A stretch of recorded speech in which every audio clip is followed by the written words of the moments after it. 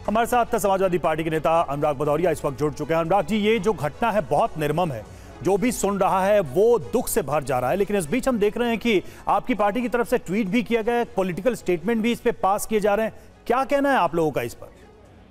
देखिए, लगातार जिस तरह से उत्तर प्रदेश के अंदर में कानून व्यवस्था चरमरा रही है, अभी ये बदायूं की घटना है, इसके पहले कानपुर में आपने देखा होगा 2 बहनों ने आत्महत्या की थी, उसके पहले भी आपने देखा होगा लगातार ये जो कानून व्यवस्था उत्तर प्रदेश की खराब हुई है। तो उत्तर प्रदेश की सरकार को ये जिम्मेदारी लेनी चाहिए, बजाय इससे भागने की, बजाय ये बोलने के कि जैसे हम उनकी कानून व्यवस्था पे उंगली उठाते हैं वो इधर उधर की बातें करने लगते हैं। सरकार को मानना चाहिए कि सरकार की जो खाकी का जो रौब है वो खत्म हुआ है, सरकार का जो लॉ एंड ऑर्डर वो खत्म हुआ है, सरकार कानून व्यवस्था बनाए रखने में एकदम नाकाम हो गई है। मुझे लगता है कि सरकार को अब खुद ही जिम्मेदारी लेनी चाहिए और कहना चाहिए हाँ हमारी कानून व्यवस्था ठीक नहीं है, बजाय इसके कि इसकी बात इधर उधर डालने की कोशिश करें। सर, 2 बच्चों की हत्या का ये जो मामला है, किस आधार पर आप ये बात कह रहे हैं कि ये सुनियोजित है? मैं सुनियोजित की बात क्या कह रहा हूं? आपने ये साफ तौर पर कहा ना सर कि धार्मिक सांप्रदायिक तनाव फैलाने के लिए ये सब कुछ किया जा रहा है। मैंने अभी बोला, धार्मिक नाम लिया मैंने आपको। सर, आपके ट्वीट में ये बात लिखी है, आपके ट्वीट में ये बात लिखी है कि जनता के असल मुद्दों से हार चुके हैं, तो धार्मिक विवाद, धार्मिक लड़ाई ही बीजेपी का आखिरी हथियार बचा है। मैं जो आपसे कह रहा हूं, भारतीय जनता पार्टी उत्तर प्रदेश के अंदर में कानून व्यवस्था बनाए रखने में पूरी तरह से नाकाम है। तो ये जिम्मेदारी सरकार को लेनी चाहिए, बजाय इसकी इधर उधर की बात करने की। ये अपनी ऊपर जिम्मेदारी सरकार क्यों नहीं लेती है? हर चीज को तोड़ मोड़ के पेश करने की सरकार की आदत हो गई, क्योंकि सरकार उत्तर प्रदेश की जनता की हिफाजत नहीं कर पा रही है और उनको पता है कि जनता से उनका जनता बीजेपी का अब जनता से और जनता का बीजेपी से, खासकर जनता का बीजेपी से मोहभंग हो चुका है। इस भारतीय जनता पार्टी को इस बात का एहसास हो चुका है।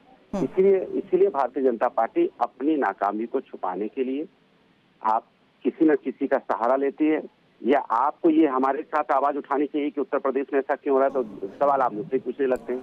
तो मुझे आप पे भी इस बात की शंका होती है कि भाई आपकी जिम्मेदारी बनती है कि आप आवाज उठाइए कि सरकार भाई इस तरह की मौतें हो रही हैं, तो ये जिम्मेदारी सरकार नहीं लेगी और आप उसकी जिम्मेदारी विपक्ष पे ठहराना चाहती, मतलब महिलाओं पर अत्याचार। सरकार जिम्मेदारी पूरे मामले से निष्पक्ष तरीके से जांच होनी चाहिए, इंसाफ भी मिलना चाहिए, लेकिन क्योंकि आपने इसी वारदात का वीडियो ट्वीट करते हुए ये कहा है कि इशारे पर ही ऐसी वारदातें की जा रही हैं, इन शब्दों के लिए मैंने आपसे ये पूछा कि किस आधार पर आप ये आरोप लगा रहे हैं?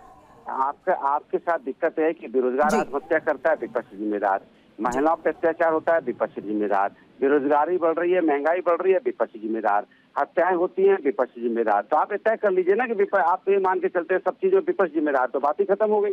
कमाल करते हैं आप, सरकार के खिलाफ इस सब बोलने में इतना डरते हैं, तो फिर क्यों फोन लेते हैं आप हिम्मत जुटाइए ना, आप इस चौथे स्तंभ में हिम्मत जुटाइए कि सरकार की नाकामी की वजह से सब चीज हो रही है। तो आप हमारे शब्दों में खोजते रहते हो शब्द, कमाल है। नहीं अनुराग जी, लेकिन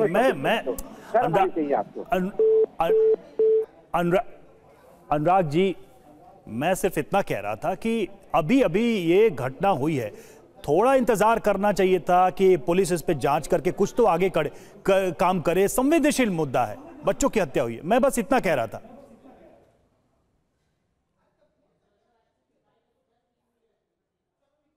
तो अनुराग भदौरिया जुड़े हुए थे हमारे साथ, समाजवादी पार्टी के नेता। और देखिए जिस तरीके से ये मामला आया और आपने सुना कि समाजवादी पार्टी ने किस तरीके से बहुत ही इस पर सीधे सीधे बीजेपी पर निशाना साधा इस मामले को लेकर, तो कहीं ना कहीं ऐसा लग रहा है कि इस मुद्दे पर आने वाले समय में राजनीतिक बयानबाजी भी बढ़ सकती है।